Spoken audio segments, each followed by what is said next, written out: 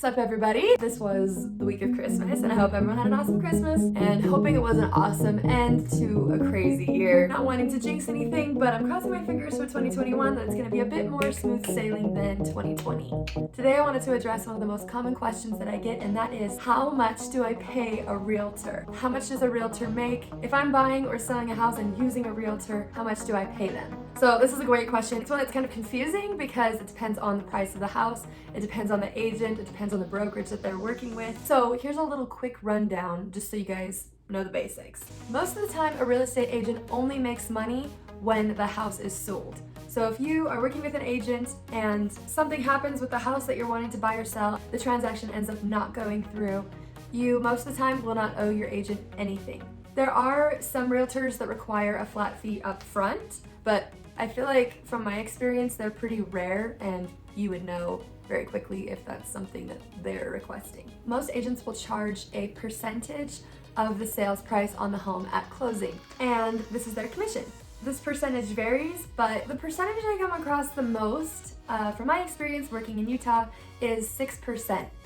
So 6% is the price that will be paid to the buyer's agent and the seller's agent, which means most often they'll split it half and half, 3% to the buyer's agent, 3% to the seller's agent. The realtor actually doesn't get all of that commission unless they are a broker. Most agents you're going to come across are just real estate agents that are working under a brokerage, and their brokerage will require a percentage of their commission. So, for example, let's say you are buying a house that is $250,000 and 3% is the commission for the realtor. With those numbers, that means the realtor's commission is going to be $7,500. But not all of that $7,500 is going to go to each realtor. A big chunk of it is going to go to each of those realtors' brokerages. And that totally depends on the brokerages that the buyer's agent and seller's agent are working with and the deal that those agents have worked out with their brokers. Okay, this is a very important thing that not a lot of people know. In most cases, it is the seller's brokerage that is paying for the buyer's agent's commission.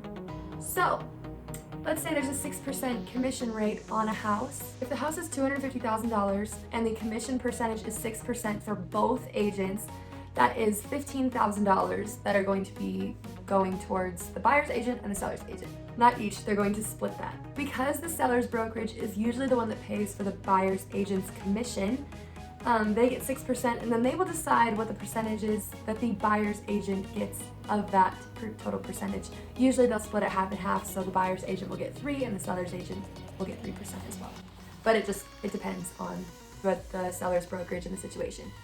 So as a buyer, that's very important to know, because it's important for you to realize that you are working with your agent and you don't need to worry about paying them commission on top of all the other costs, because the seller's brokerage is going to pay for your agent's commission out of their commission. Yes, the commission for both agents could be worked into the overall sales price by the seller, but it's important for you as the buyer to know that in most cases, you are not going to be required to pay any extra fees or anything for the agent you're working with, which is a benefit to a buyer.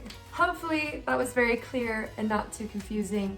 It's one of those questions that there's not a straightforward answer to because it just depends on so many factors. The house sales price, the agent you're working with, the brokerage that they're working under, and all the things. If you have any questions on this, leave it in a comment on the video. Hoping that was helpful. Hope you guys have a great New Year's Eve. Not holding my breath, but kind of excited for 2021. And I will see you guys next year. Bye-bye.